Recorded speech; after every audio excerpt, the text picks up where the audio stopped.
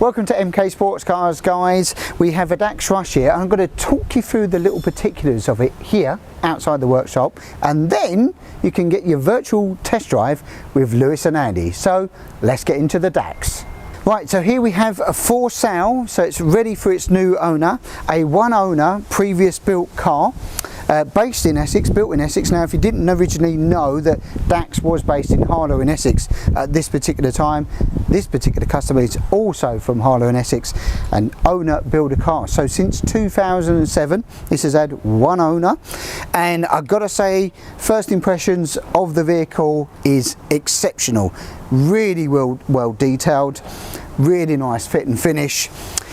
Customer who's built this car has really fastidiously looked after the vehicle, and it's been painted actually, which is unusual because normally they're in a gel coat, but this is in what's called Subaru black blue. It does sparkle in the sun. It's probably hard for the cameraman Lewis there to pick it up, and it's also had on here the PPF protection. We can see the line here, said all the PPF protection put on the vehicle as well, so you can tell this customer was very fastidious when he built the car, kept it, looked after it. So let's get into particulars. What is the DAX Rush? Well, it's a 7S silhouette chassis. Still, you can get parts for these. There's a couple of companies out there that still make parts for them. XCS in Stafford Walden, based in Essex, still make parts for this particular car. So if you're worried about it, not a problem, they can be sourced. Secondly, it's got what's uniquely done then, it did have a patent on it which is called the camber compensation front suspension unit. Now it's a bit trick and it's hard to explain what it is, but basically it's a series of rods that link the suspension. So the whole idea is to keep the front camber of this wheel, so if that's your camber, obviously under load it will probably pull in as the suspension goes up and down, and the whole idea is the rods then push it in a way that holds it so that the contact patch of the tyre is flat to the surface, hence in theory giving you more grip. Now I've built a couple of these over the years myself as well.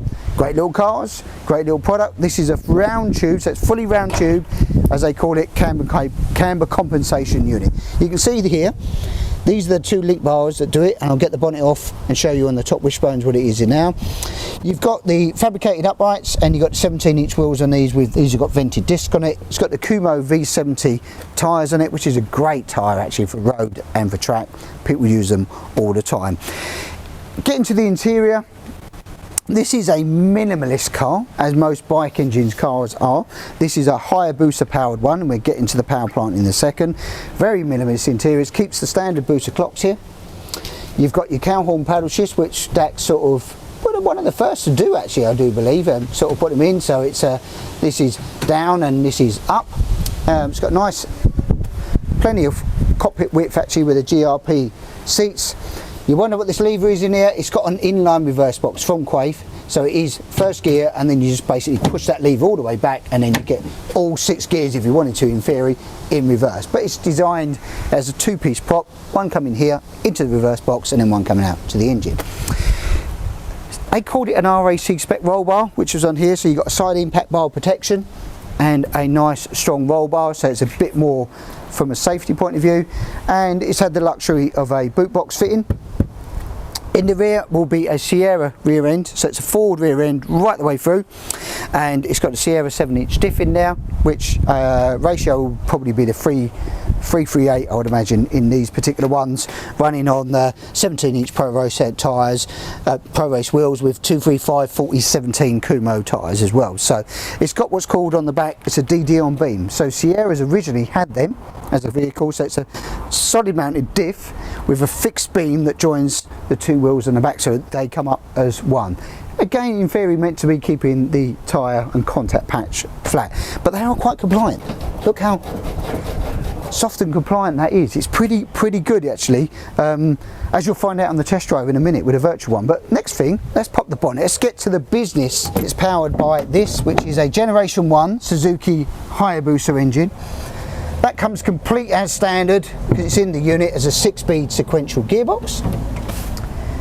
Under here, really nice clean engine bay. I think you can agree it's all nice painted. The rocker cover's painted the same colour as the car. Got a PC3, a Power Commander 3. They're onto the 5 and 6s now, but in the earlier days of when these were done, boards have should be mapped. it's all fine. And now you can see under here, these are the link bars that join to actually anti-camber what's going on. You can see all the radiator, really nice alley radiator on it, an oil cooler. It's got an Escort quick wrap in there. You got your battery kill switch. It's got a top mounted pedal box in there, and this is where your pedal shift links here for your gear mechanism. And a very nice stainless steel, this is Dax's own system they used to do, 4-into-1 system, all polished, looking very, very nice. And it's quite unique actually in the Dax. The fuel tank is not in the rear of the car as you expect it. They used to do it here. It used to sit in the centre, so it goes down and it mounts between the prop shaft there, which some people prefer. Some people don't. For weight distribution it was kind of done to sort of even it out, but that's in now. And well, I think the only thing really to do now is head over to Andy and Lewis and go, okay, enough chat, what does she go like on the road? Well, here's your virtual test drive, guys. I hope you enjoy it. It's about time that we sit in the car and take it for a little spin, and what better way to start that than sitting behind a Seat Ibiza?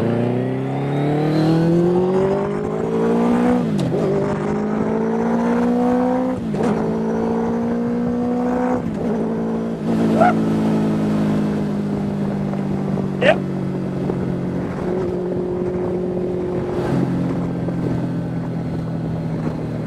I'm awake now. Yeah, prior to coming out, Andy was saying that he felt a little bit tired. After one little pull, nice and awake. Who needs an energy drink when you can just put your foot down a little bit more? So this, for those of you who don't know, is not actually one of our cars. This is a Dax with a Hayabusa inside it.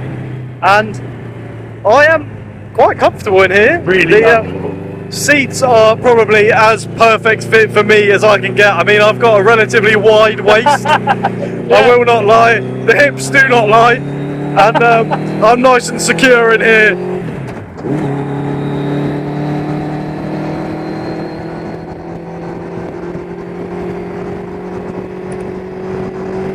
Ready?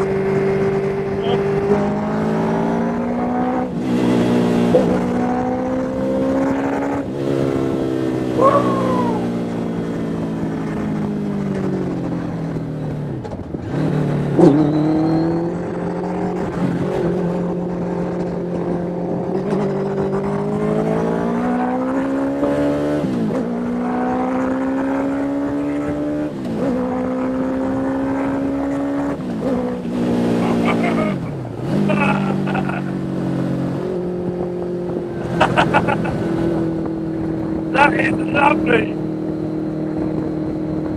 I need an aero street though. I do feel like my eyelids are flapping in the wind. But this is a serious car, I'll tell you that. Serious car. The steering on this is for outboard suspension for what I expected this to handle like. Oh my god. It doesn't seem to skip out at all. Yeah, the exhaust note that comes from this is so throaty. I mean, we've got a very different looking exhaust manifold than what we run on our cars, purely because the exhaust manifold on our cars is designed for performance, whereas this thing looks beautiful on the side of the car, and the exhaust note that comes out of it is really quite deep. It's definitely different to your normal sort of Hayabusa sound.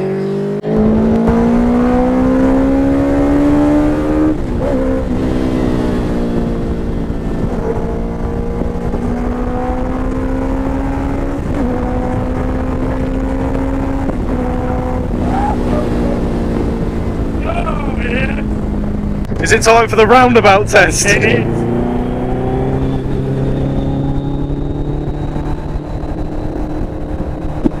Oh, wow.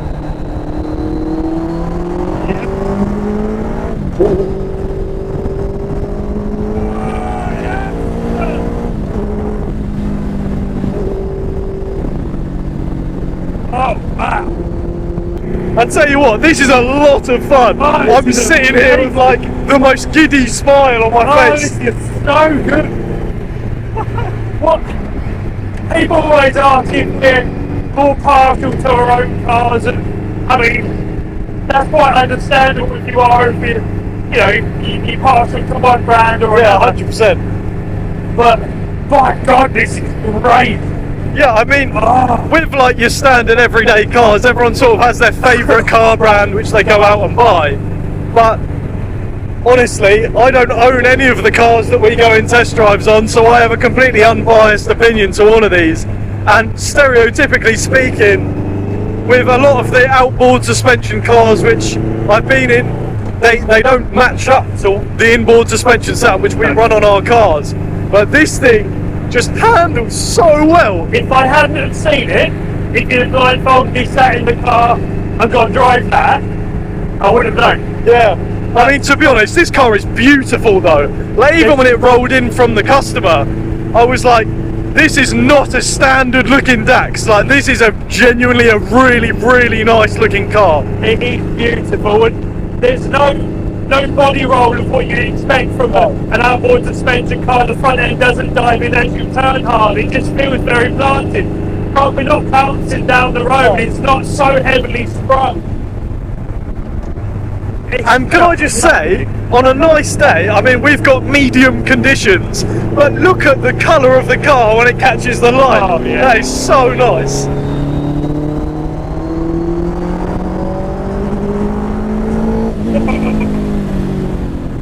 Brakes are good. Brakes are really good.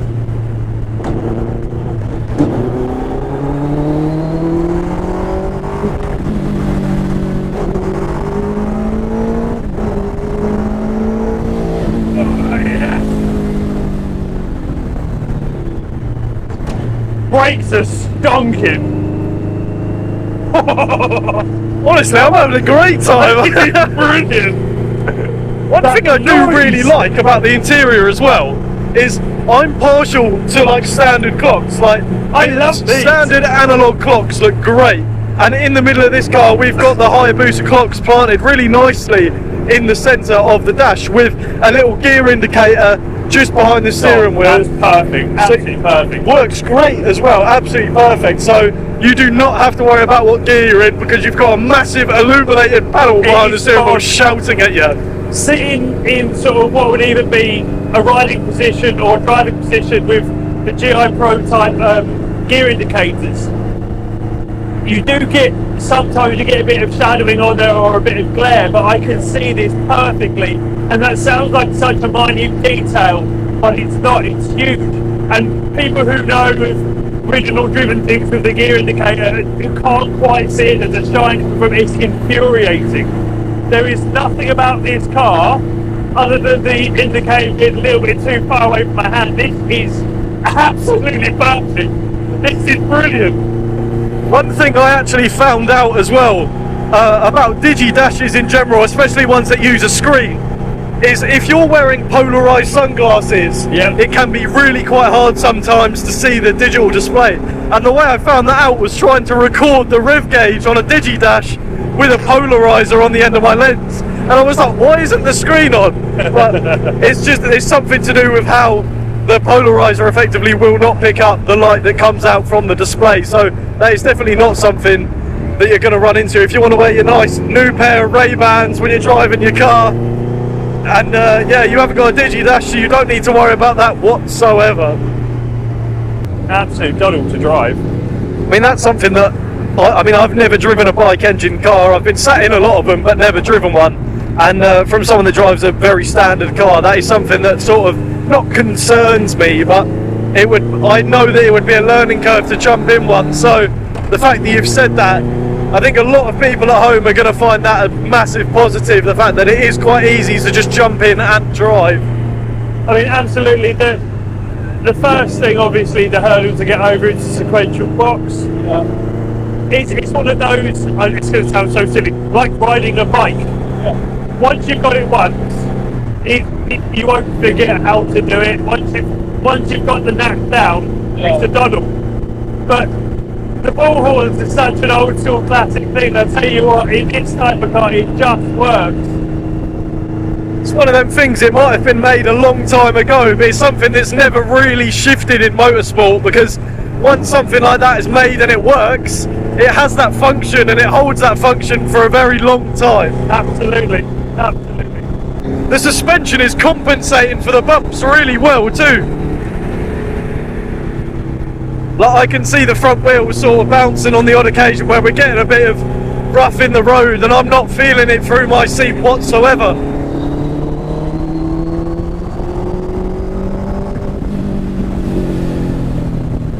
Their brakes astound me, they are so good.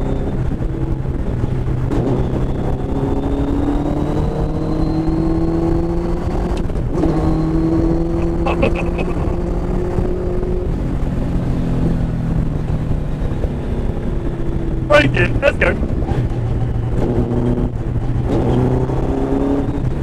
Ready?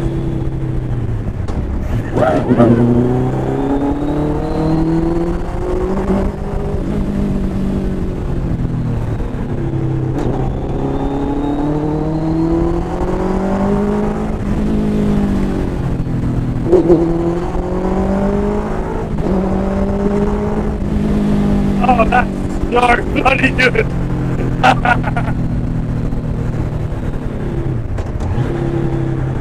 Honestly, the Hayabusa in a car is something that I can never look back from being in quite a number of them now. It is just such a different experience to sit in a car. I mean, We got a cowboy in it, I think. honestly, this genuinely feels like being on a roller coaster. Like, it is so fun.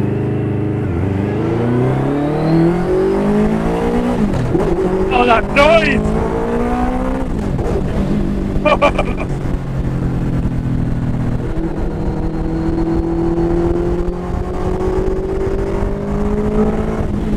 Oh, wow. The customer's probably going to watch this video and then decide that he doesn't want to sell it anymore. Yeah, no, I'd agree with that. That noise!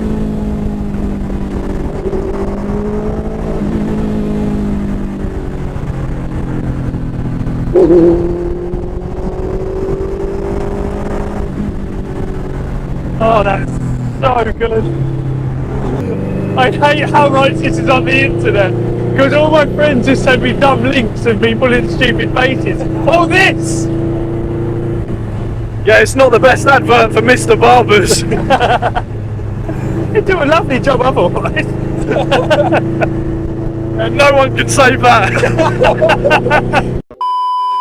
The other thing with bike engines is people are quite concerned about clutch, like slipping the clutch and pulling away and things like that. Yeah. This is really, really, really nice. There seems like it's a bit wider of a biting point almost. Right. I'm not too sure if there's heavy duty springs in this clutch pack, but it feels very, very, very nice. I'm so surprised. And again, that's not being biased against brands. It's an age thing, purely an age thing.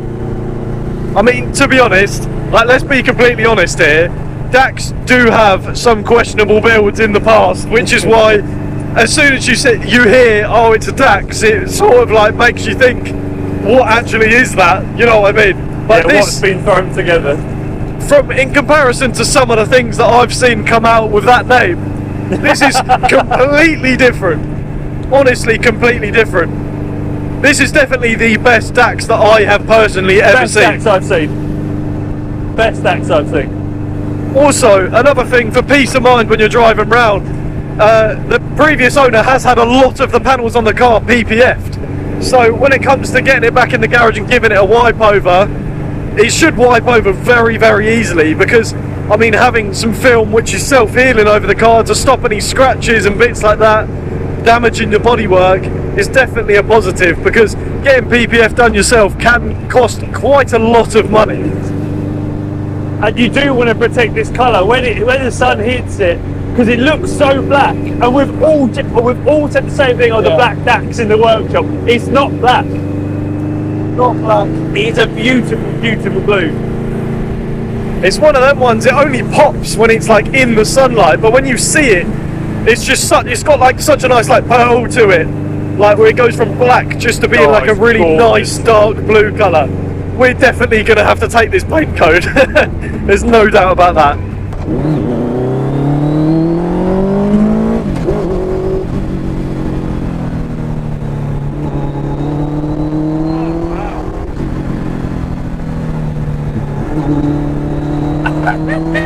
It's literally on rails.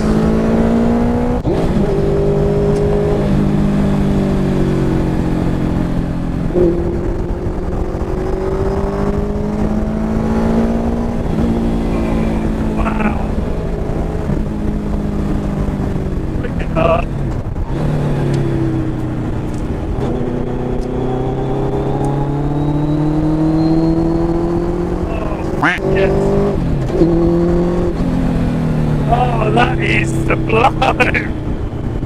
And for those of you speed limit warriors out there, you don't need to worry about the speed limit at all in this car, because you can take a corner at 60 mile an hour blatantly. For those of you who are interested in this car, the price will be on the screen right there, which is an absolute bargain for this car, honestly.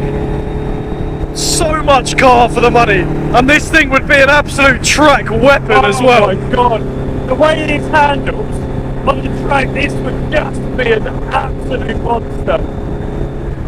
You are going to bully some of your friends in this car. Send them home crying, and then send them our way, because then they can buy one of our cars as well. Right, so this is exactly what a bike engine is not for. When we say to people, yes, you can take bike engines on the road, and yeah, 100% you can. But if you're using this in the UK, the evil inevitability is that you're going to be stuck in traffic at some point. And it will do it, but you need to have a bit of patience with it, because there's potential you might have to do like racing start almost every time you move off in the traffic. You just got to be very delicate with the clutch, because a bike clutch is not designed for this weight to be moved on and off constantly. Oh, stop, start. No, it's not good for it, but again, it will do it all day long, it will, but it's just not good for it. And you just have to be a bit careful when you are doing it.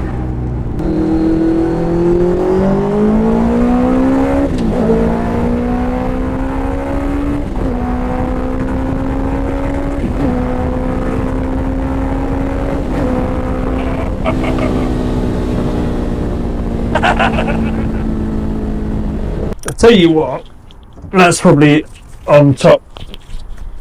That's up there, probably top 5. I reckon that's up top 5. I reckon. That, I mean, to be fair, if you scroll back on the YouTube channel, you would have seen some of the other cars which Andy has driven, and for this to be top 5, I reckon it's a good car. That's top 5. That says a lot. I mean, and we're not talking top 5 non-MK. No, No, top 5 all time. Yeah. Top 5. I mean, bloody brilliant. Yeah, at this point, I think that's about it for this test drive video. There's not really much else that we can show you. Yeah, I know. I wish this could go on for a lot more, because I mean, I'm comfy in here, and I'm more than happy driving around. I mean, I am, but by God, my skin's sore. Yeah, we had a lorry in front of us which was throwing some kind of dust gravel out our foreheads, so now I feel like my skin's nice and smooth, being nice and exfoliated to end the video. But yeah, I want to say a massive thank you for watching this video. If you're interested in the car, it is located down at the factory, so please do come down, have a look, and get yourself in this passenger seat and potentially take the car home. Absolutely. It's absolute bargain for the price. I think you'd be silly not to have it. It's incredible. If I had the money, I'd probably consider it, to be honest. But yeah, thanks for watching. Back in a minute. We'll see you next time.